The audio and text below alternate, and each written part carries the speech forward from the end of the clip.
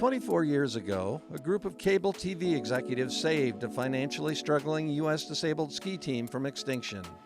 Much has changed since Steve Raymond held the first iteration of Adaptive Spirit, but the inspiration remains the same. Back in 1984, Raymond, now Vice President of Client Solutions for Grace Note Connectivity, was a young college grad teaching skiing in Vail. One dangerous day on the slopes, Raymond's friend Bob Meserve was paralyzed in a ski accident. Drawn back to the snow, Meserve discovered monoskiing and soon was named to what was then called the U.S. Disabled Ski Team.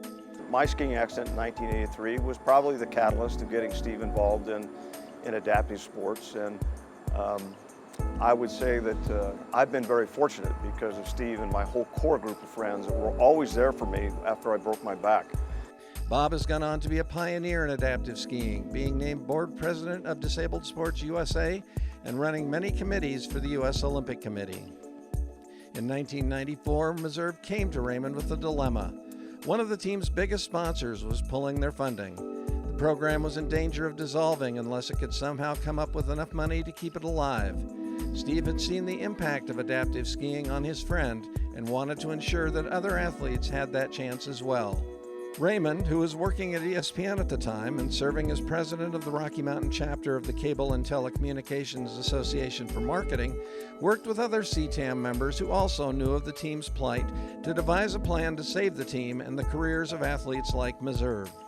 They wanted to create a signature networking event for cable industry professionals from across the nation that doubled as a fundraiser for the U.S. Disabled Ski Team. Raymond called the late Warren Miller to see if he would give the keynote speech, and just like that, Ski Tam, now known as Adaptive Spirit, was born in 1995.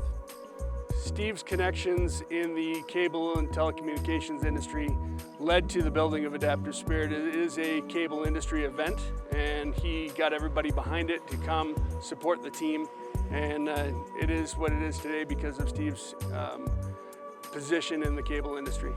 He understands how to pull together an event that will impact all the different supporters and vendors and companies that come and impact their strategic business goals, but also create an event where people are going to have an incredible time and support a very important cause. And his unique business skill sets have allowed to create that magic at Adaptive Spirit. The event really, at the time, saved the U.S. Disabled Ski Team, as it was known in those days.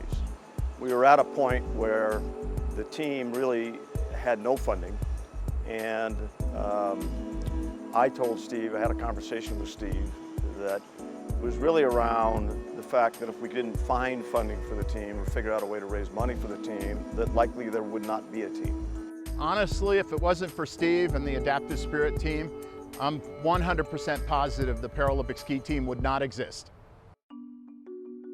The annual three-day Adaptive Spirit event brings together world-class adaptive racers with media and telecommunications corporate sponsors and their guests. To date, more than 20,000 business executives and guests have participated in the event. He has raised $1.5 million or so every year on a gross basis to support disabled skiing.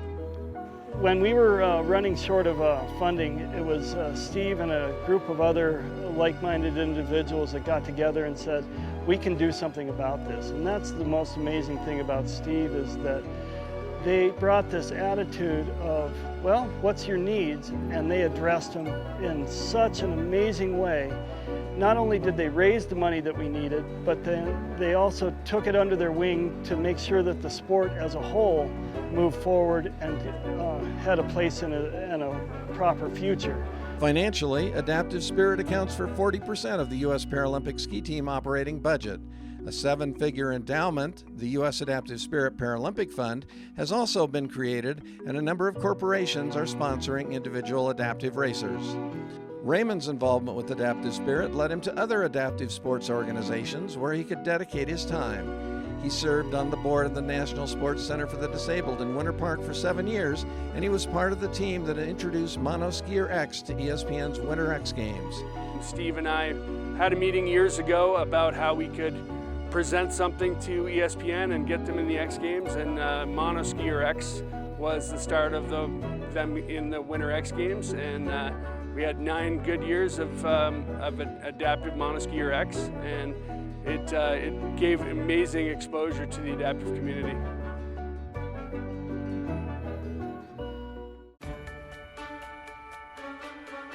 Steve was the chef de mission for Team USA in the 2010 Winter Paralympic Games. He serves on the board of the U.S. Olympic and Paralympic Foundation and is a member of the U.S. Paralympic Working Group. Without adaptive spirit, the team wouldn't exist, and with adaptive spirit, it really creates the pathway for Paralympic snow sports athletes to find their Paralympic dream. I think Steve's legacy is really this. A couple months ago, our organization, an organization that didn't even want to say the word Paralympic when Adaptive Spirit started, changed its name to the U.S. Olympic and Paralympic Committee. That's Steve Raymond's legacy. All who have been involved with Adaptive Spirit, the U.S. Olympic Committee, NSCD, Adaptive Spirit board members, volunteers, sponsoring corporations, attendees, and athletes agree that it has been Steve Raymond's steadfast volunteer commitment to Adaptive Spirit, his operational leadership, and his stewardship that have enabled the athletes to excel. Thanks to him, Adaptive Spirit is indeed an unparalleled and unique 24-year fundraising and athletic Colorado success story. We are pleased to welcome Steve Raymond to the Colorado Snowsports Hall of Fame this evening as an honored member of the class of 2019.